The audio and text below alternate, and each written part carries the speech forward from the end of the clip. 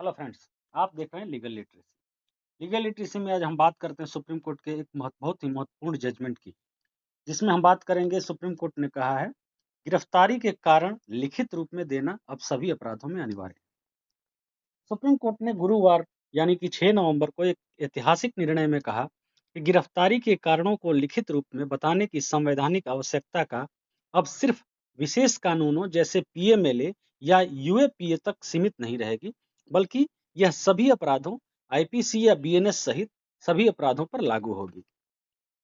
मुख्य न्यायाधीश बीआर गवई और न्यायमूर्ति ऑगस्टिन जॉर्ज मसीह की पीठ ने कहा कि यदि किसी गिरफ्तार व्यक्ति को उसकी गिरफ्तारी का कारण लिखित रूप में और उसकी समझ की भाषा में नहीं बताया जाता है, तो गिरफ्तारी और बाद की रिमांड दोनों अवैध मानी जाएगी।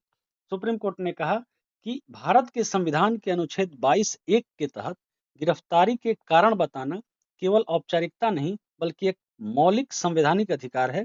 यदि किसी व्यक्ति को उसकी गिरफ्तारी का कारण समय रहते नहीं बताए जाते, तो यह अनुच्छेद 21 के तहत उसके जीवन और व्यक्तिगत स्वतंत्रता के अधिकार का उल्लंघन होगा, जिससे गिरफ्तारी अवैध हो जाएगी।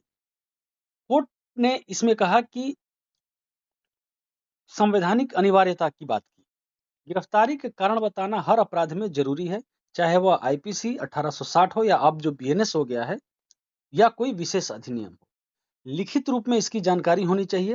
गिरफ्तारी के कारण लिखित रूप में और गिरफ्तार व्यक्ति की समझ की भाषा में बताए जाने चाहिए।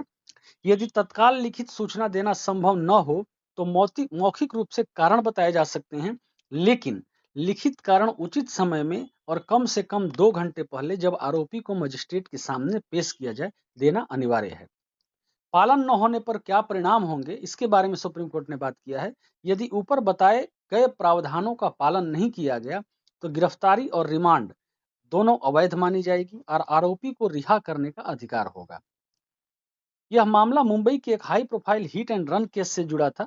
बॉम्बे हाई कोर्ट ने गिरफ्तारी में कुछ प्रक्रिया संबंधी खामियां स्वीकार की, लेकिन अपराध की गंभीरता को देखते हुए गिरफ्तारी को वैध माना।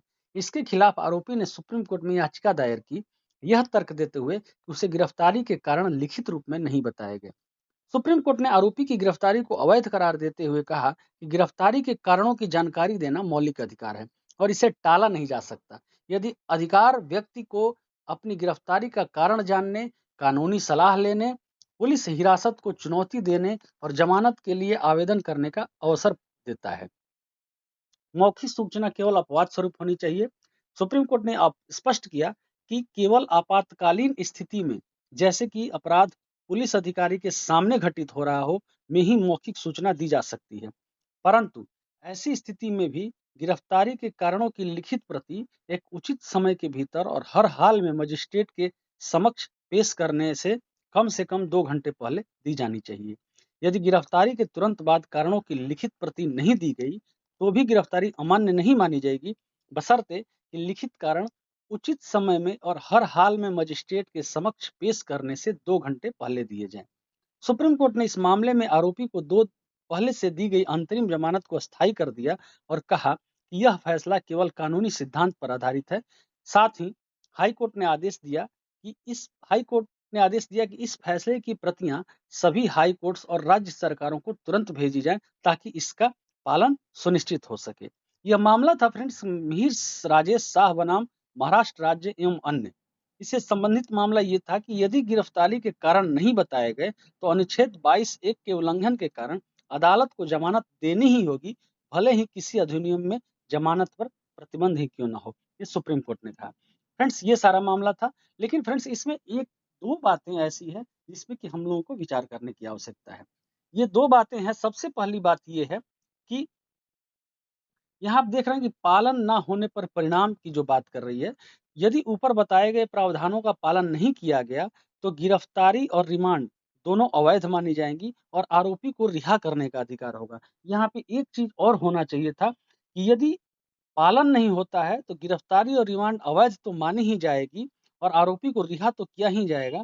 साथ में ये होना चाहिए कि जिस ऑफिसर ने इसका पालन नहीं किया, उसको क्या सजा मिले, इसका भी निर्धारण हो जाना चाहिए। दूसरी बात जो सुप्रीम कोर्ट ने कहा है कि गिरफ्तारी के कारणों की लिखित प्रति एक उचित समय के भीतर और हर हाल में मजिस्ट्रेट के समक्ष पेश करने से कम 2 घंटे पहले दी जानी चाहिए।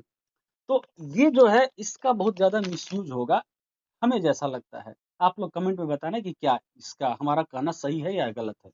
मिसयूज़ ये होगा कि बाय लॉ 24 घंटे का टाइम होता है पुलिस के पास कि 24 घंटे के अंदर उसको मजिस्ट्रेट के सामने पेश करना पड़ता है फॉर रिमांड।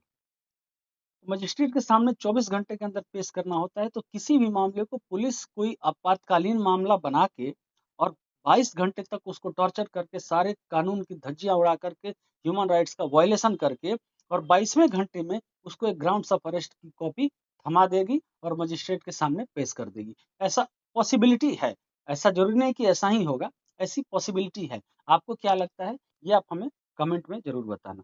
बहुत बहुत धन्यवाद।